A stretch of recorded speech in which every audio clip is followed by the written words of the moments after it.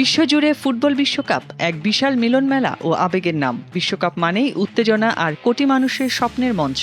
4 বছর পর অনুষ্ঠিত এই মহাযজ্ঞ ঘিরে আবারও উন্মাদনায় ভাসছে গোটা বিশ্ব। বিশ্বের নানা প্রান্তে এখন একটাই আলোচনা, কে হবে সেরা, কার হাতে উঠবে বিশ্বকাপের সোনালী ট্রফি।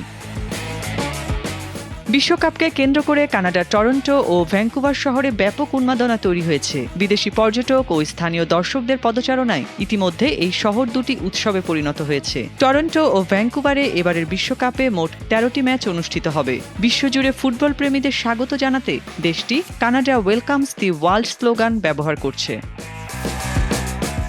বিশ্বকাপে অংশ নেয়া দেশগুলোর বৈচিত্র্যময় সংস্কৃতি এবং কানাডার নিজস্ব ফুটবল উন্মাদনা মিলে পুরো টরন্টোতে এখন ব্যাপক উৎসব চলছে। খেলা চলাকালীন শহরটিতে প্রচুর ফ্যান জোন, ওয়াচ পার্টি এবং বার ও রেস্তোরাঁয় দারুণ অফার চলছে। গ্রুপ পর্বের কম গুরুত্বপূর্ণ ম্যাচগুলো ভক্তদের জন্য দারুণ আকর্ষণে পরিণত হয়েছে। সাশ্রয়ী মূল্যের ফ্লাইট এবং বিয়ারে বেশ আকর্ষণীয় দাম রয়েছে।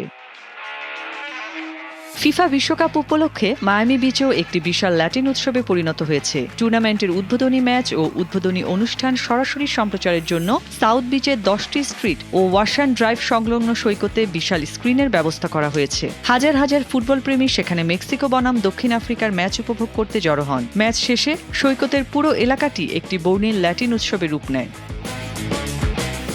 আরব বিশ্বজুড়েও এবারের বিশ্বকাপের উন্মাদনা এক নতুন উচ্চতায় পৌঁছেছে, কারণ মধ্যপ্রাচ্য ও উত্তর আফ্রিকা অঞ্চল থেকে এবার রেকর্ড 8টি দেশ মূল পর্বে অংশ নিচ্ছে। রাবাত থেকে রিয়াদ, কায়রো থেকে দুবাই, ফুটবলের এই মহাযজ্ঞে পুরো আরব অঞ্চলে তৈরি হয়েছে উৎসবের আমেজ। ভক্তদের মধ্যে উৎসাহ ও আবেগ বহুগুণ বৃদ্ধি পেয়েছে। এছাড়াও ব্রাজিল, আর্জেন্টিনা কিংবা উরুগুয়ের রাস্তাঘাট, বাড়িঘর ও ব্যবসা প্রতিষ্ঠান সাজানো হয়েছে জাতীয় পতাকা ও রঙিন ব্যানারে। প্রিয় দলের জার্সি পরে সমর্থকেরা বড় পর্দার সামনে জড়ো হয়ে খেলা উপভোগ করছেন। একটি গোল কিংবা গুরুত্বপূর্ণ মুহূর্তেই আনন্দে ফেটে পড়ছে পুরো এলাকা। অর্ণব নাসির, ভোরের কাগজ।